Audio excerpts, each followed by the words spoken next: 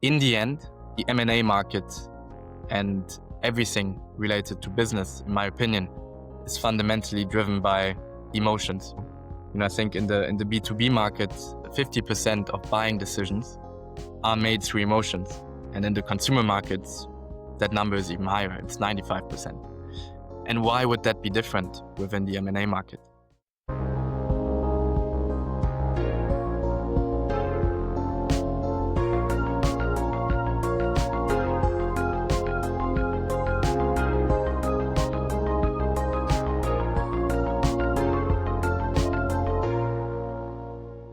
Hi, Henrik. Very warm welcome on Aulium. Hey, Thomas, how are you? Thanks a lot Very for good, having thanks. me here. No problem. A pleasure for me. So, Henrik, you are the co-founder of H&B Mittelstandspartner, which is a search fund dedicated in acquiring and operating a successful small to medium-sized business in Europe. You started your career in investment banking with Stifel in London before moving into private equity and growth investing, including some time at Heinz Vogel Group and Jacobs family office in Zurich. Along the way, you've developed a very sharp eye for operational value creation and long-term thinking with businesses and management teams.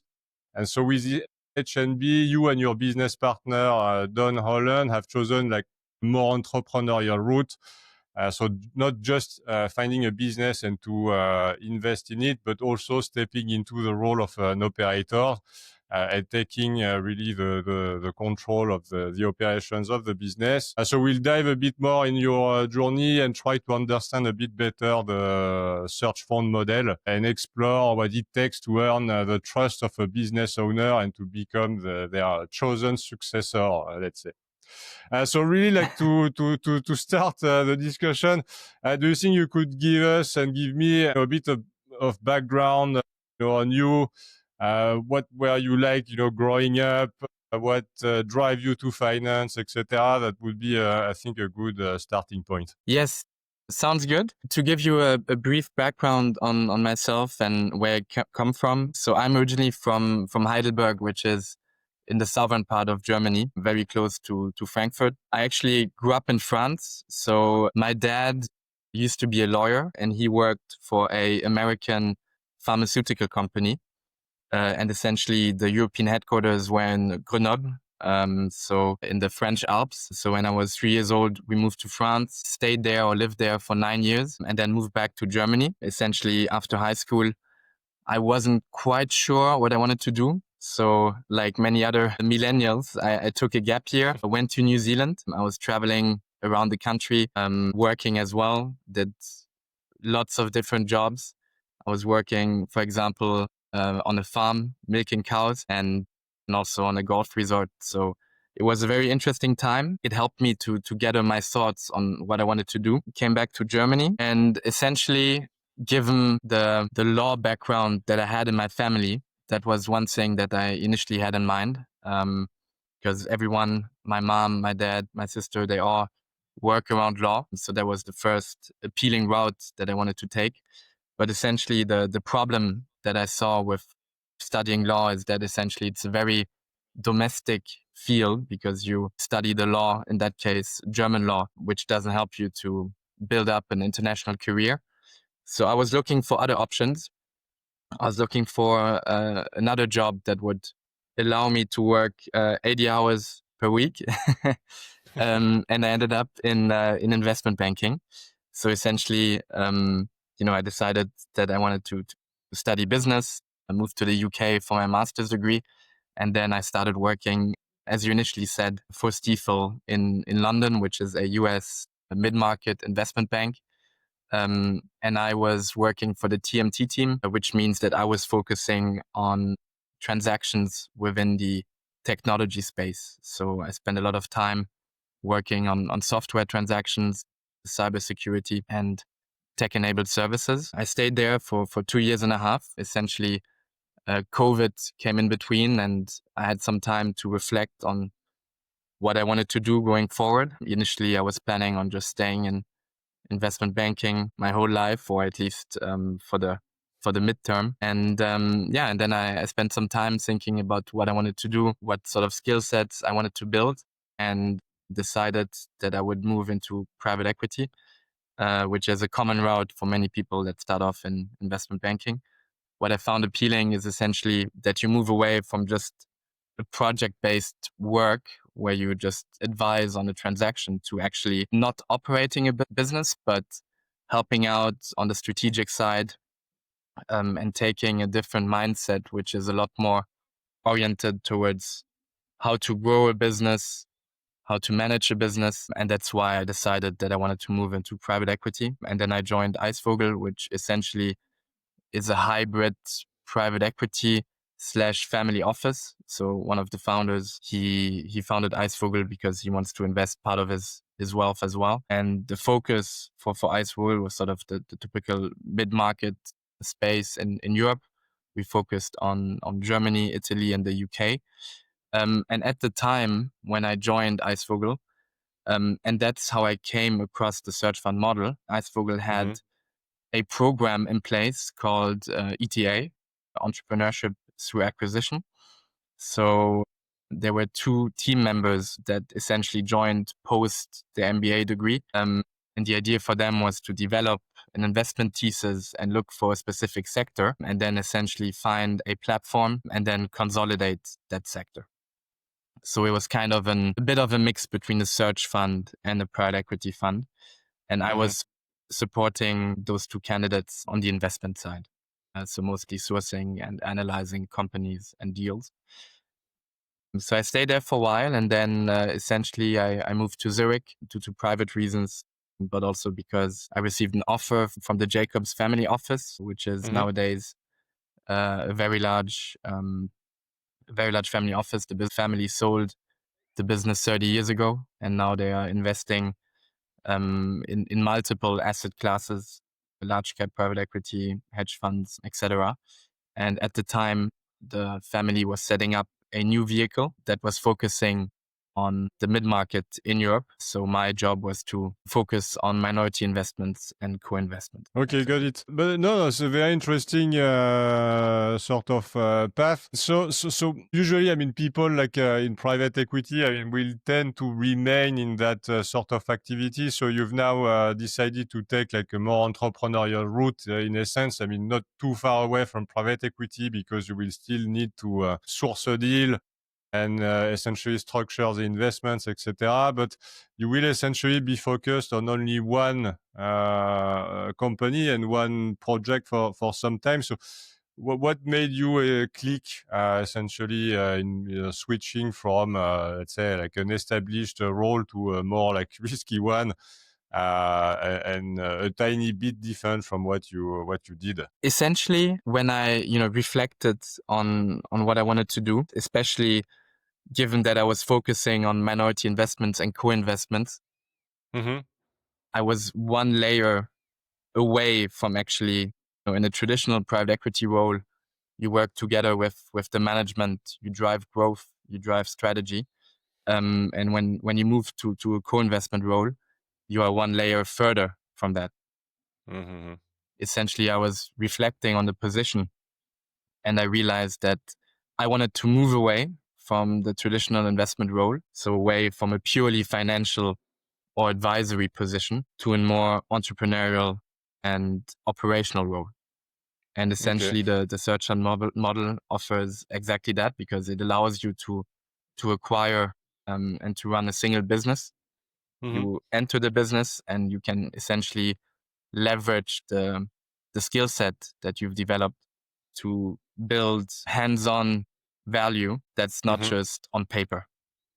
And that's what made it. And so really about like the origin. So you essentially said, okay, I want to start like a search fund at some point. So you co-founded that search fund with Don Holland. How did you meet him? I mean, how are you complementary? I mean, how can you tell us a bit more about like how the relationship like came together and how you essentially decided to Yes. So essentially, the 2 of us, we met during our master's degree in the UK. Ever since, we've been very close friends. So essentially, after the masters, Don moved back to Germany. He was working in strategy consulting, and he would come to London probably once or twice a year to visit me. And whenever I was in Germany, I would see him as well. We've been in touch and close friends ever since. And then 2 years ago, Don invited me to his bachelor party in Budapest. And after the third or fourth beer, we said, hey, the two of us, we want one thing, which is we want to be entrepreneurial, and we want to live that life as well. And so, we started having daily discussions. We were brainstorming on what we could do. Initially, we came up with as many people with a startup idea. We both like everything related to the circular economy, meaning moving away from a linear to a circular economy. So we were actually developing business models that would address that issue. And we were working on one concrete idea. It was sort of a marketplace for industrial waste. And then essentially, very randomly, a study from the Chamber of Commerce in Germany came across our desk, which essentially stated that every year 100,000 businesses in Germany don't find a successor. And given that I knew the search hunt model from my time at Eisvogel, we started deep diving into it. If we look at the failure rate of startups, 90% fail because it's either, the relationship doesn't work or you run out of funding. And that's the appealing thing about the search fund, is that you can go on a search in a funded way and you acquire something that is working, ideally very well. And with the knowledge and the education that you received, you try to move that business forward. And that's how we came up with the idea. We then had various conversations with, investors in the space, with previous searchers, with searchers that have actually acquired a business, and with other stakeholders within the ecosystem. And then we went to the Search Fund conference in Barcelona last year. And after that, we wrote our private placement memorandum. We clicked and we started working on the fundraising documents that you require. And then we went full mode and decided to start fundraising. Great. So what's your take on essentially partnering with a friend? You said you were very close friends. How do you see your relationship being special or maybe more dangerous in a business environment and business partnership? And do you believe in success with friends, or do you think it's a tiny bit riskier to essentially risk your friendship? Because the entrepreneurial route is not really smooth. It's more of a roller coaster. So, I mean, have you, before you became business partners, I mean, did you discuss those topics, more rational topics, or what do you think about doing this with a friend? Yeah, I think that's a very good question, and we actually discussed that in detail as well. I mean, if we just look at the statistics, I think actually 65% of ventures fail due to a co-founder conflict, which might not imply that, those two co-founders were friends.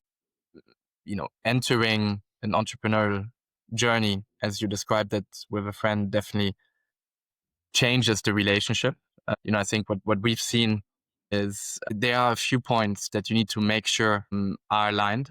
So, maybe starting with the first one, I think it's very important that you share the same values and visions, which means that the work ethic and the beliefs that you have are similar. I think that's sort of the first step. And if I compare Don to myself, we both have different skill sets, but overall, we do have the same mindset and we do share the same visions. The second point is, in a partnership, you need to make sure that roles and responsibilities are clearly defined. In our case, we have a complementary skill set, which makes it somewhat easier because one of us will automatically go into a certain field or a certain task because that's his strength. So for us, that works quite well. And the third point is essentially the communication. In our case, we give each other very hard and very honest feedback. And it's very important that none of us gets offended by receiving feedback, but rather appreciates the honesty and Mm-hmm. the effort that goes into actually, giving feedback as well. So we are both people that are not offended by hearing the truth. And I think that has actually really helped us a lot. And I would say the last point is essentially the decision-making process. How do you actually make decisions as a team, and how do you reach consensus? And in our case, we both So you believe. essentially discussed beforehand the way you would take decision, particularly in situations where you disagree. So if you disagree, you have a little process amongst you. You agreed upon to say, okay, if we disagree, we are going to do X and Y, maybe speak to someone else and have that process already set up even before starting. This is what you're sort of Exactly. saying. Exactly. We essentially build a high level framework for us to, when we reach the disagreement, we Mm. go through those points and we openly, Okay, can you share maybe about that little process? I think it's very interesting actually. Yeah, if you can share your little process, I don't know if it's a secret sauce or not, but if you could share maybe like the different steps yeah, in your how to deal with a disagreement amongst yourself. sure. I mean, essentially the first thing that we do is that we ensure that all perspectives are openly discussed. So, I might have my own perspective, Don might have his own perspective, but then we also try to look beyond that and look for every possible perspective and alternative. That's sort of the first step. The second step, we actively listen to each other. So we try to, on an unbiased way, listen to those perspectives. And then we evaluate the options from a very rational perspective. Hmm. That's not always, it's easier said than done, but we try to remove each other's egos and to essentially evaluate those points on the most neutral way possible. And then we seek consensus. So based on the information and the perspectives that we've openly discussed, Hmm. we try to find a way to agree on it. And afterwards, we review the decision-making process and that entire framework, and we try to learn. So we discuss the outcome, and we also discuss on how we can improve in the future. That's Okay, essentially understood. the approach that we take. Great. So, I mean, we've discussed a bit about like, search fund, obviously, but do you think you could spend a bit of time to really describe what it is? From start to finish, a lot of people, I mean, myself also, I mean, we've read a lot about like search funds or heard about search funds, but if you could describe the model, which is different from private equity funds, for example, which is different from setting up your own company, etc. From start to finish, if you could walk me through the life of a search fund and describe exactly what it is, that would be super helpful. Yes, sure, sure. So maybe in a single sentence, essentially a search fund is an investment vehicle where Hmm. one, or in our case, two people raise capital from investors to find, acquire, and then operate a single small or medium-sized business. At that point, it's also important to state that there are different forms of search funds. So there's a self-funded search fund, and there's the Hmm. traditional search fund, which is the one that we are doing. So if you break down the steps of the search funds, there are essentially 5 stages. The first one is raising search capital, which means that, either the duo or the one searcher raises initial funds from investors to go on a search. That means you can cover your daily expenses, you can pay for due diligence, you can pay for an office, and essentially you have a time period of 2 years to find a suitable business. Hmm. At that stage, that's also how it differs to the self-funded search fund, because the self-funded search fund, as the name implies, doesn't require initial funds from investors. The searchers themselves use their own capital to go on a search. Hmm. That's how those two models differ. The second stage is the search phase. So, as I said, in the traditional model, you have 2 years to essentially identify and evaluate a potential target. In the self-funded search, this is slightly more flexible because you don't have a time period of 2 years. Once you've found the business, you enter the third stage, which is the acquisition. So once the target is found, the searchers work together with the investors to raise additional capital. So in the first phase, the search capital phase, we raised one amount, and then in the acquisition phase, we raise a second amount to actually purchase the business and then complete the acquisition. The fourth stage is the operation. That means that the searchers essentially enter the business, either as CEO or as managers.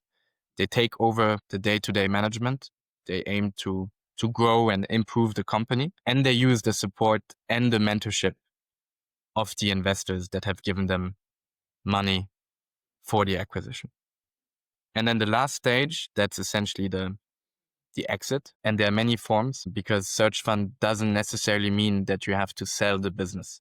It just means that there needs to be some sort of liquidity event to the investors, because to the investors, this is still an asset class. It's a way of allocating capital and to receive or to achieve their returns. And so essentially the exit phase might either be selling the business or buying out the investors, and staying as a searcher within the business, which is actually what has happened very often in the German ecosystem, within the search fund space. A lot of searchers have stayed in the business for 10 or 15 years. So when you raise like the first part, so the first part is very much like, paying expenses to find the company, but then you said you raise another, let's say, round to properly acquire the company. But from the very first stage, you sort of know the size of transaction you will be able to do, I guess, which is a discussion you have before starting with the initial investors who would pay for your expenses, I assume.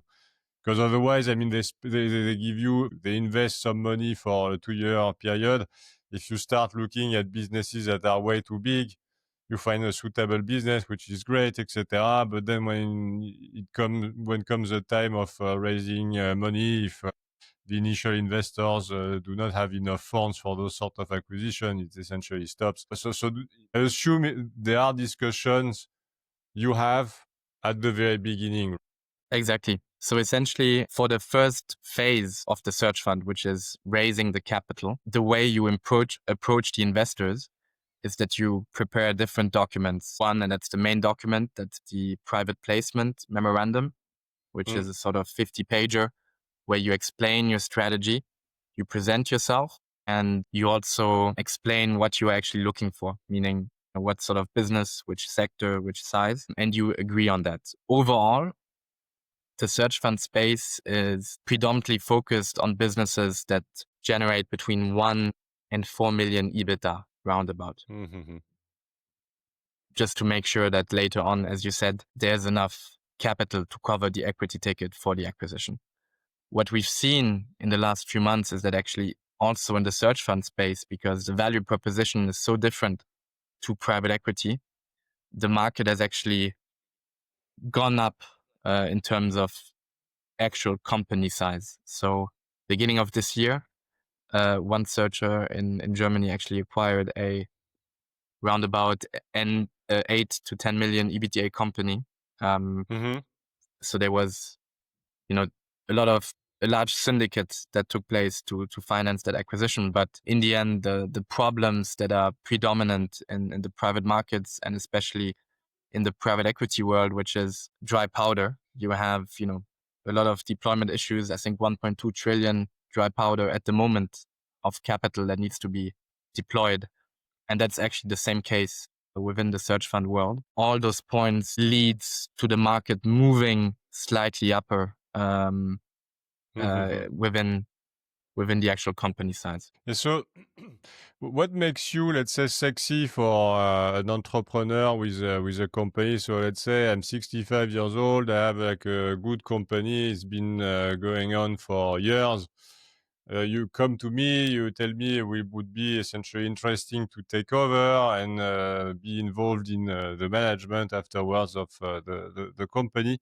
So what makes you sexier than, let's say, one of your previous employer, like more traditional private equity investor who would essentially come in and maybe compete with you? So that's my first question. And second question is about process. So I imagine, but it's better when you have like a primary access to a founder and to a management team and to shareholders, etc. But if again I'm a business owner, you come to me, I'll probably realize, maybe I could kickstart some form of a process. So you are a prime contact, obviously, if you were the first one to approach me. But to try to maximize my value, I'll probably try to organize some form of small process where I'll probably try to include traditional private equity investors. And as you said, I mean, because there is so much dry powder, in the end, you start competing with not the entire world, but a larger group of potential investors. So I would start with the second question, if that's all right, Yeah. because it would lead into the first one. So essentially, if you are a business owner, you have two key buyers or two sort of buyer profiles that come to mind. Either you sell to a strategic or you sell to a private equity fund. Mm-hmm. In the end, the M&A market and everything related to business, in my opinion, is fundamentally driven by emotions. So, I think in the B2B market, 50% of buying decisions are made through emotions. And in the consumer markets, that number is even higher. It's 95%. And why would that be different within the M&A market? So essentially, what differs us to those other two groups of buyers is that we pitch ourselves. We are essentially the product in some sense. Rationally thinking, we have never run a business before, and we probably don't have any sector experience or network within the sector that the actual target will be operating in. But what we promise is that we will continue the business. We will preserve the culture. We will build upon the culture. We will support the employees. We will maintain customer relationships. And we are actually, and that's where the strong alignment of interest comes from, we are putting in time and essentially risking to some extent our career Mm-hmm. to actually run that business. And that's very different to the private equity proposition, which is, building up a portfolio, investing in multiple businesses, and then placing in interim managers or other external experts into the business. So that value proposition is very, very different. And we are 3 months into our search, and what we've actually seen is we've talked to a lot of business owners that told us we will not be selling to private equity because we don't know who will be running the business and because Mm-hmm. everything will be focused on an exit. And the point on, actually engaging with M&A advisors and engaging in a process to increase the price, that is definitely a risk. Mm-hmm. But at the same time, those businesses that we look at, they are not the most sophisticated. They all those companies that generate between 1 and 3 or 4 million EBITDA, some of them might be very professionalized, some of them less. But most of the time, the founders or the shareholder has been in the business his entire life. So he has never sold a business before. The first Mm-hmm. point of contact for them is actually the tax advisor. So they would go to the tax advisor and tell them, hey, I'm considering selling the business. Do you know any potential buyer? And that's the point where we come in. We come in with that value proposition, and that's in some cases so appealing to the seller that he would not enter a process because it's very disruptive for him. What he cares about is that in the village or in the city where the company is based, he wants to make sure that those employees still have a job and that he can go to the bakery after selling the business without anyone pointing fingers at him. Mm-hmm. And he doesn't want any rumors around that, which could happen if you enter an M&A process. It doesn't have to be, but it could happen. So sometimes it's just partly an emotional decision, and sometimes it's from a risk perspective that you don't want any rumors around yourself selling your business to someone external. Okay, understood. Makes sense. And so we've been also talking about finding a great business, but what is a great business for you guys? What sort of boxes do you need to tick to essentially say that's a great business? We would like to essentially explore more, and ultimately, ideally, in theory, like if we are lucky to essentially strike a deal. So on paper, there are a few criterias that are important to the search fund investors, and to us as well. In reality, I think there might be some nuances because every business model, every market operates in a different way. But just on a high Mm-hmm. level, I think the first layer is essentially the quality of the revenues, meaning a high portion of recurring or reoccurring or repeat revenue streams, such as, long-term contracts with clients or subscription models or customers that continuously buy from that company. Because Mm-hmm. essentially that's the first layer of security that a searcher can have. We have never run a business before. There's no guarantee that when we enter the business that we will immediately understand how the market ticks, how the company ticks. So it will take some time. And essentially by having some sort of higher quality revenue, you make Mm-hmm. sure that in that phase where you learn about the market, about the business, your business does actually not shrink or decline.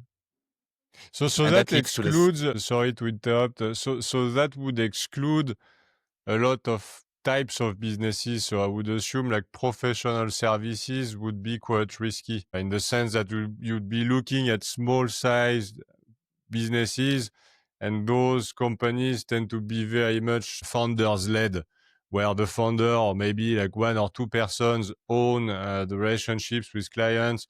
I'm thinking about law firms or maybe accounting firms. Those types of businesses would essentially be outside your scope, I imagine, based on what you said. Essentially, yes, because the risk would be too high. There are some nuances. By definition, speaking about recurringness, it takes out everything that's consumer, because there you don't see any repeat customer, or you can predict any repeat customer, Mm-hmm. or very difficultly. So we focus purely on B2B. However, if the product or the service is to some extent mission critical, even though there might not be any contracts in place with customers that would repeatedly buy that service or that product, you do have a layer of protection as well, because that product is so important to the client that they will repeatedly buy from it, even though Mm-hmm. you might not be able to always predict it in the statistics.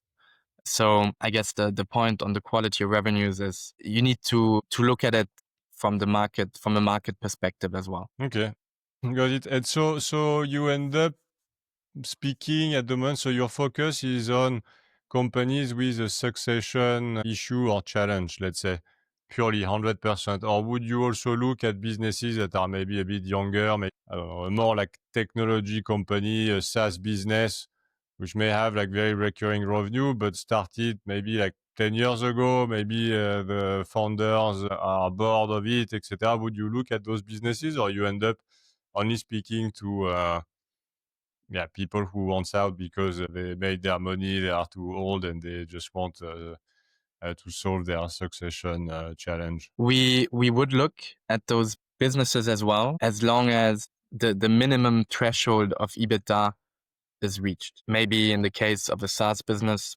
the business owners are fairly young and a lot of money has been invested into growth. Mm, It could still be interesting to us if we feel like it is an attractive way to enter that business and that we see scalability. But we need to be very careful about how much money needs to be actually invested to scale the business, because mhm, that's one of the other criteria, which is that we look at EBITDA margins that are ideally not below 15%, just mhm, because, and that goes back to the explanation from the revenue point. When we enter the business, there needs to be some leeway to make errors, and we need to have enough cash flow to actually reinvest and grow the business. And essentially, if that's not the case, it makes it very tricky. And The other problem with typical SaaS businesses nowadays, the valuation within those markets is still fairly high. It has gone down a bit, but it's still fairly high. And the idea behind the search fund model as well, to some extent, if you look at value creation and what drives returns, one of the easiest component is to actually achieve a multiple arbitrage. So you buy at a fairly cheap entry multiple, you grow the business, and then you sell it at a higher exit multiple. And that's part of the DNA of the search fund as well, which might be trickier to find within the sort of more traditional software SaaS market. Okay, sure. So taking a bit of a step back and really on the context around search funds. So it's something that was born in the US. I think Stanford is publishing quite a lot of documentation on the model. It really exploded in the US. How does Europe compare? Is it becoming more and more popular? You said you've spoken to a few search founders before you started your own venture. Are you feeling that it's becoming more popular here in Europe, or it's still a bit under the radar? How do you, I don't know if you have like some maybe data to give about the model in itself, like from the US to Europe and where it's essentially going, in your opinion? Yes, the search fund model has definitely increased in popularity in Europe over the last few years. To give you some numbers as well, as you said, it originates from the US. It was founded in the 80s at Stanford University. To date, 1,000 search funds have been raised globally. And on average, the returns that those search funds have achieved were around 35% IRR and 4.5 times money on money, which means it is the most attractive asset class globally, better performing than venture capital and private equity, which is also why the model has become so popular in recent years. Mm-hmm. Out of those 1,000 search funds that have been raised, 650 in North America, so in the US and Canada, and 350 internationally, so rest of the world. But most of them are actually in Europe. So the biggest market in Europe for search funds is Spain. That's because IESE, Barcelona, the university, has been pushing search funds and the implications and the potential for a long time. So the entire search fund model is very strongly tied to universities, which is so far not quite the case in Germany. There's the WHU, which has recently introduced a search fund club as well. But predominantly the growth comes from universities pushing the model. And in Germany itself, I would say at the moment, there are around about 20 to 30 different searchers or searcher duos, which is also a mix of traditional search funds and self-funded searchers. Mm-hmm. Important to note as well is that the statistics for self-funded searchers is very difficult to track because You a don't know, lot of like different anybody could be in that. Yeah, exactly. So I'm mostly speaking about the traditional search fund class, and that has definitely gone up in momentum. And nowadays in Germany, you have, I think, around about 50 different chambers of commerce and industry, and all of those have one specific person that is dedicated to succession, because the importance of succession has become so predominant within Europe and within Germany that the search fund actually offers a perfect solution to that issue. Okay. And so who are your investors? Are they individuals or they tend to be institutions? How is it organized? I mean, is it like some form of a mature investment world and ecosystem? So, I mean, if I want to start a search fund tomorrow, I mean, what do I need to do? I mean, if I have a startup, VCs are relatively easy to, for example, to identify. You know, if I start a search fund, who do I need to see to essentially raise the money? Is it mostly individuals, or do you have also like institutions or family offices financing those? It differs by country. So essentially, the more time you spend within the ecosystem, the Mm. more you will be made aware of the key players and the key investors within the ecosystem. So nowadays you have quite a lot of institutions. So fund of search funds.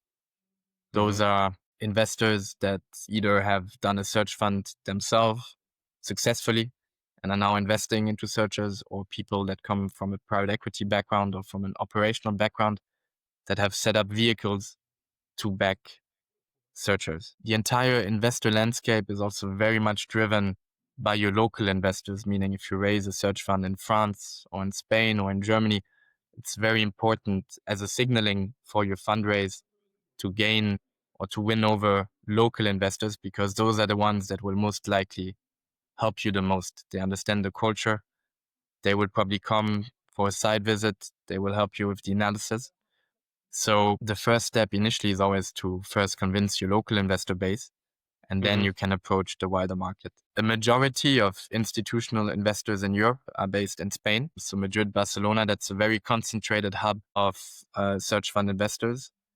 That has grown organically just because Spain has been the market with most active searchers. And then you have a few fragmented players nowadays. France, Germany, Belgium, they all have institutional investors as well that have been formed over the last 1 or 2 or 3 years. And then you have a lot of individual investors as well. Those are people that mostly have been active in the space for the last 10 years. And they are very important as a signaling to actually raise money from those institutions.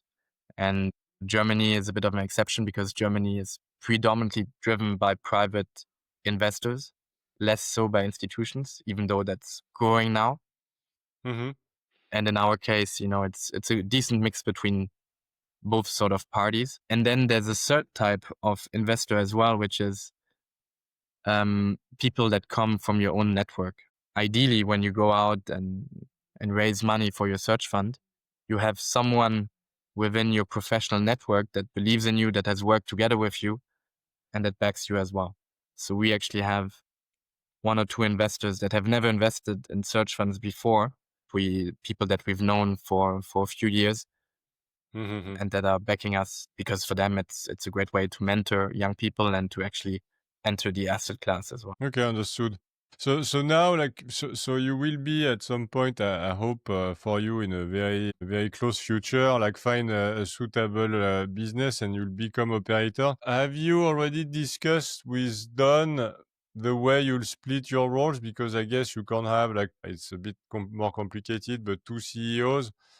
Do you know already how you'll split the roles without having a fight for one specific role versus another? That's a very good question. And we did spend quite a bit of time discussing that as well. But also we've kind of organically seen in which direction, even during the search phase, the way Don thinks about improvement, scalability, the way he analyzes a business, and the way that I do that, we are sort of organically already being pushed into a direction where we know how we will be splitting the roles. So essentially, we will be driving a sort of co-CEO role, which means that the two of us will be managing the business.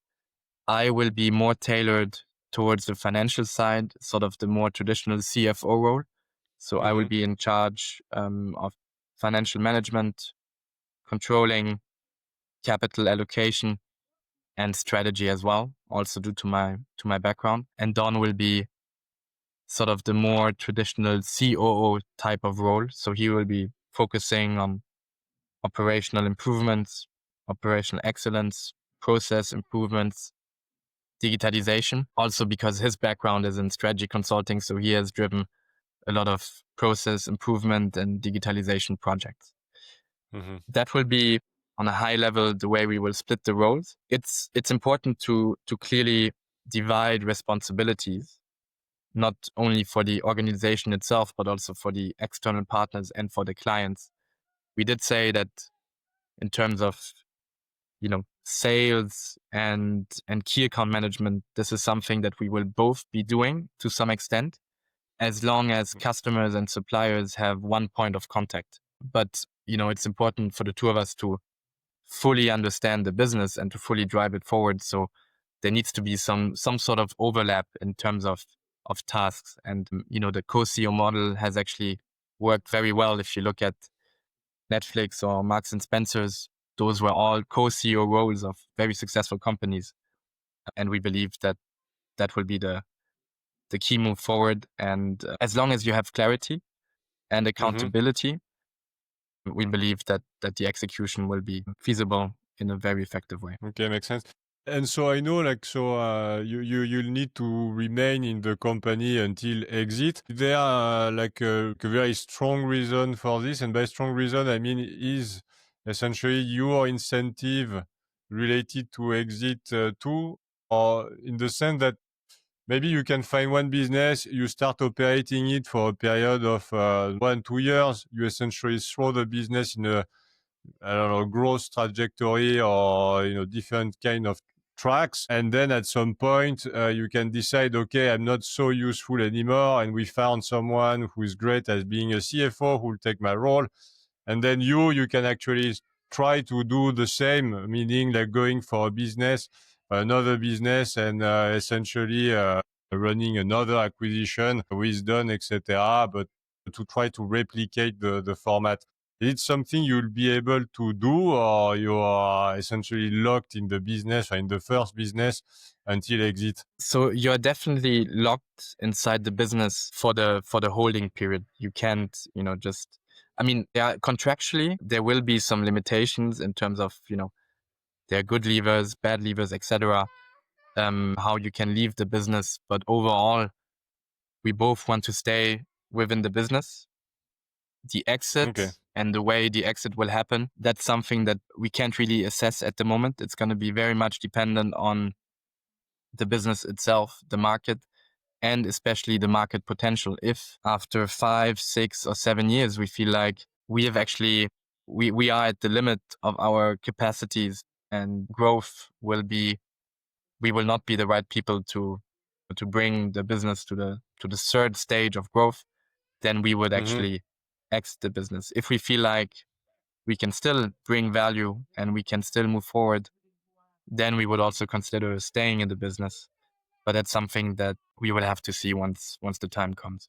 Okay, understood. And so coming back to your essentially search methodology, I mean, do you, I know that at the beginning you started like relatively large, like, B2B, like certain size. So in terms of, let's say, production, and did you have access to specific databases where you started analyzing like big pools of companies, trying to understand in what sort of industry would be more interesting to focus, etc. So how, if you can explain, I know there is a lot of information you want to keep for yourself, but in terms of, high level methodology, in terms of how you run your, let's say, first phase of the search, how does it work, or what did you do and how did you do it? Yeah. Yeah. So essentially we do have access to databases. So the way it works, the two of us agree on a specific sector. So what we tend to do is we constantly analyze global trends, global drivers, and sectors that to some extent fulfill some of the criteria that I had mentioned before, that you have some sort of recurringness, that you have decent margins, that you have decent levels of capital investments. And essentially, those drive our analysis. Once we find a specific sector, as an example, if we say, specialty logistics is interesting, then we would go onto the database. We can filter for either the sector or we can filter based on keywords. And then we get out a list. So initially you do like the homework to analyze like big market trends.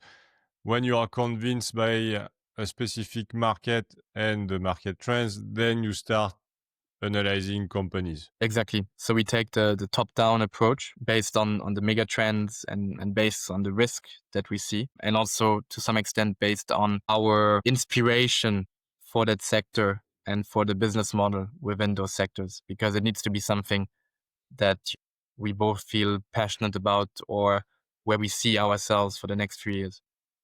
And then we filter for that industry within the database. And then to further bring down the list of targets, we put on additional filters. So, no parent company that owns the business, no more than 5 shareholders within the business, just because that makes it more complicated. Ideally, not PE backed or not VC backed. And then we try to filter by financial numbers. But in most cases in Germany, under German GAAP, you're not required to display, your P&L to some extent, or not your top line. So we try to filter more by total balance sheet size or by employee numbers. And then we get a list of, let's say, 200 targets. We contact them either by email or by letters and essentially introduce ourselves. We put in one call to action within that letter, like, a specific question. Have you thought about where your business will be in the next 10 years or something else? And then we do continuous follow-ups. So we would send 4 emails within 1 month after every 7 days to make sure, because essentially the response rate increases the more emails you send. So you have a proper sales machine, let's say, in getting your leads. Okay, Exactly. understood. And do you find balance sheet numbers well correlated to what you are looking for in terms of financial performance, or not so good? I would say 2/3 of the time, yes. There needs to be some carefulness around filtering by balance sheet size, just because by default, you do exclude asset-light business models, the ones that don't have any assets, on the balance sheet or low assets. So there is to some extent a correlation. It is a good starting point, but it doesn't tell the entire story. So there are specific points within the balance sheet that in some cases, like retained earnings, those are positions that might give you a bit of a better indication on how profitable the business has been run. And so do you have any other outside signals you're looking at which you think are good pointers? The number of employees could be a good indication. Do you have other things you could easily look at, or not really? The only other KPI you can look at are the number of employees. So most of the time, if a business has 5 employees, the likelihood that that business generates, 5 or 10 million revenues is fairly low. We have seen it before. It does happen. We've seen a company with 5 employees that generates 12 million revenues, but that's the exception. So Maybe most they of the don't want time, to sell. yeah, exactly. Yeah. If you make those numbers with that amount of employees, you're pretty happy.